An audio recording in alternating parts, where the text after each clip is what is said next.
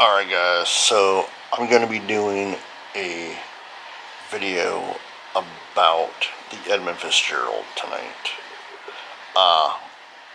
It will be a somber video because it is the actual 50th anniversary of the sinking of this massive cargo ship out of Michigan.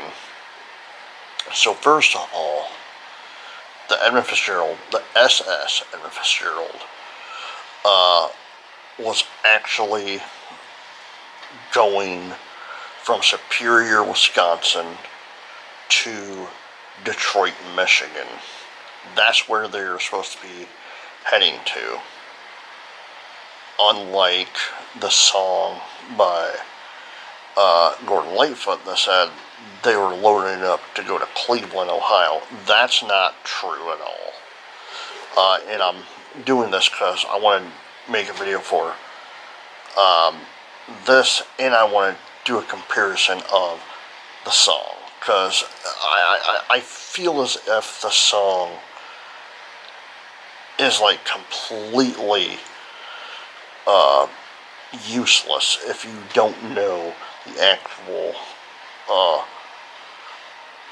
actual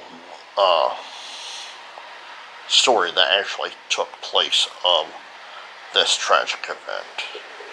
So the SS Edmund Fitzgerald left Superior, Wisconsin, and was heading to Detroit, Michigan.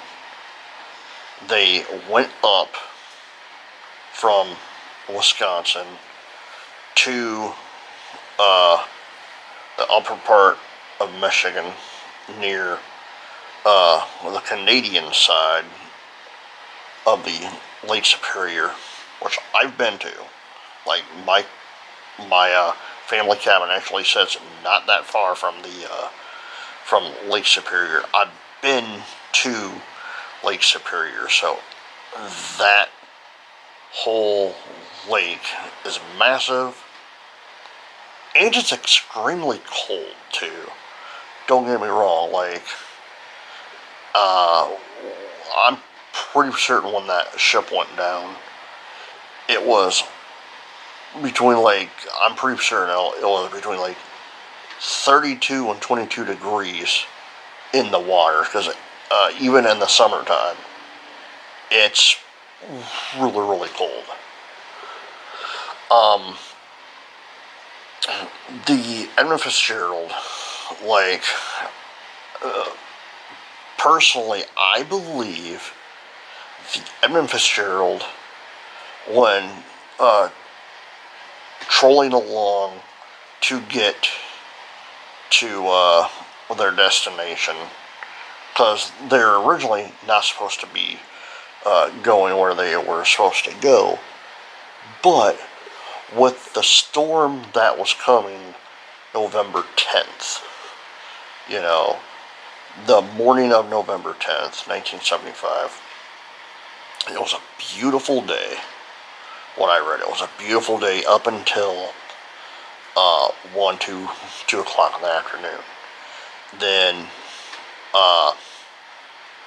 it started getting really, really bad, to the point where, again, it was like a hurricane, like the song said, it was a hurricane west wind, because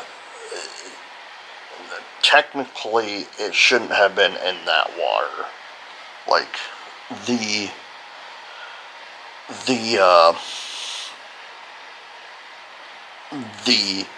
winds for that night were so rough that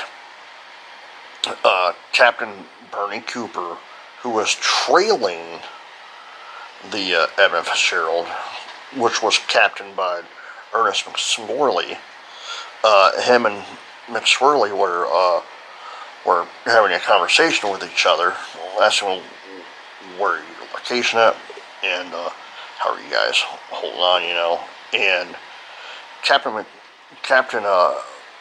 Cooper said that he was talking to Captain McSorley, and the last thing that Captain McSorley told him, was, "We are holding our own." And that was the last conversation he had with Captain Ernest McSorley from the Edmund Fitzgerald. I personally believe that the Edmund Fitzgerald bottomed out at the last minute, and it just went down. I'm fairly for certain that the waves came up to the point where it went all the way over, and it just sunk it all the way down, due to the fact that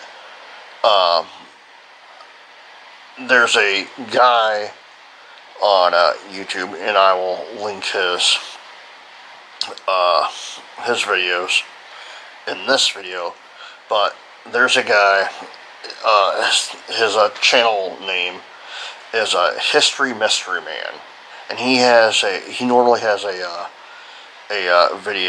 videos of the Edmund Fitzgerald with another captain, a former captain that was on the Great Lakes, and he does a better job of doing this than I do. I'm just doing what I've read. Okay, so I personally believe that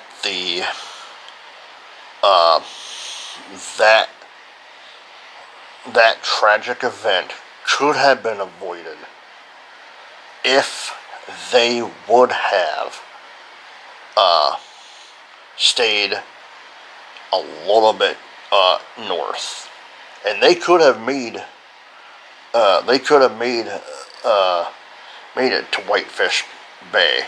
They could have, again, like what the song goes, if they would have put 17 miles behind her, because they were only 15, 16, 17 miles away from the Whitefish Bay, Whitefish Point. You know, they could have made it, but Captain McSorley did not want to put the pedal to the metal, per se. But I'm fairly for certain they could have made it. Who knows? Due to the fact that the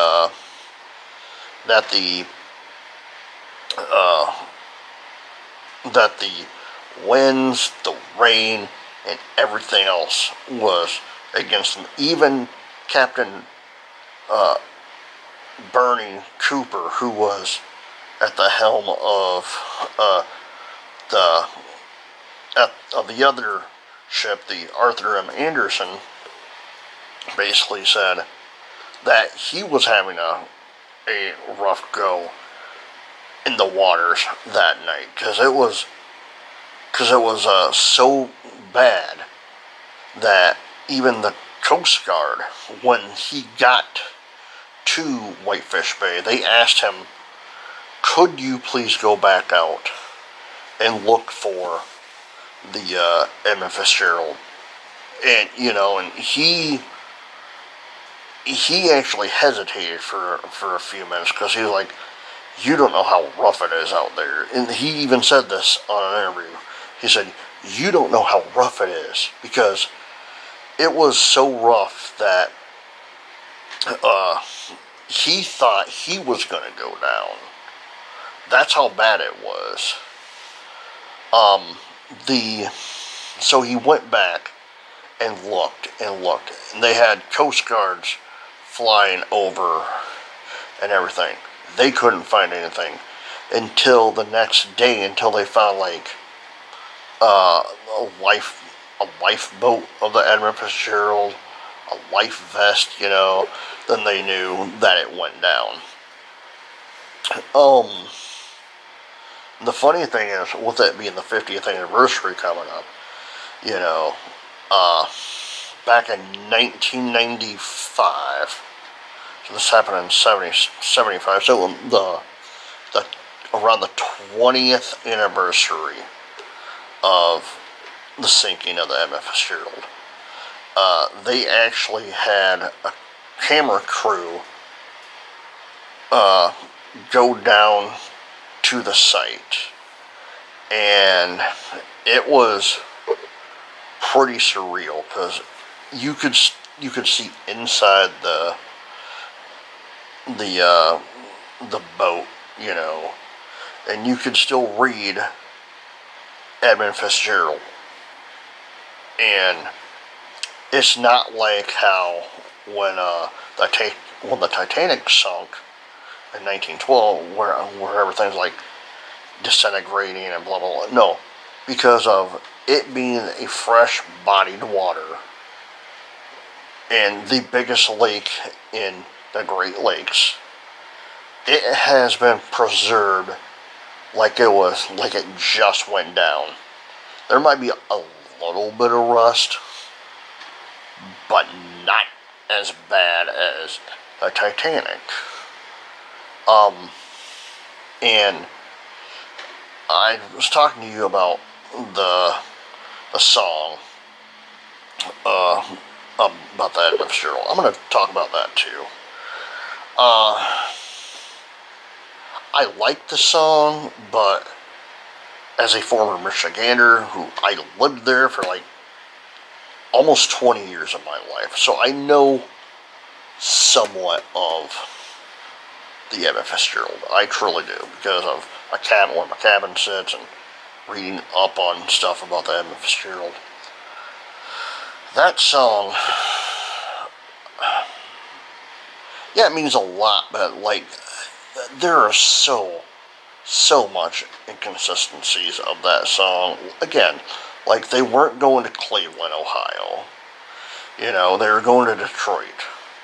You know, and the one thing that really, I don't want to say infuriates me, but it has me scratching my head when Gordon Lightfoot says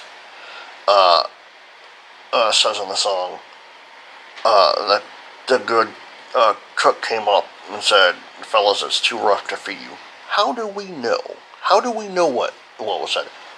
Maybe they ate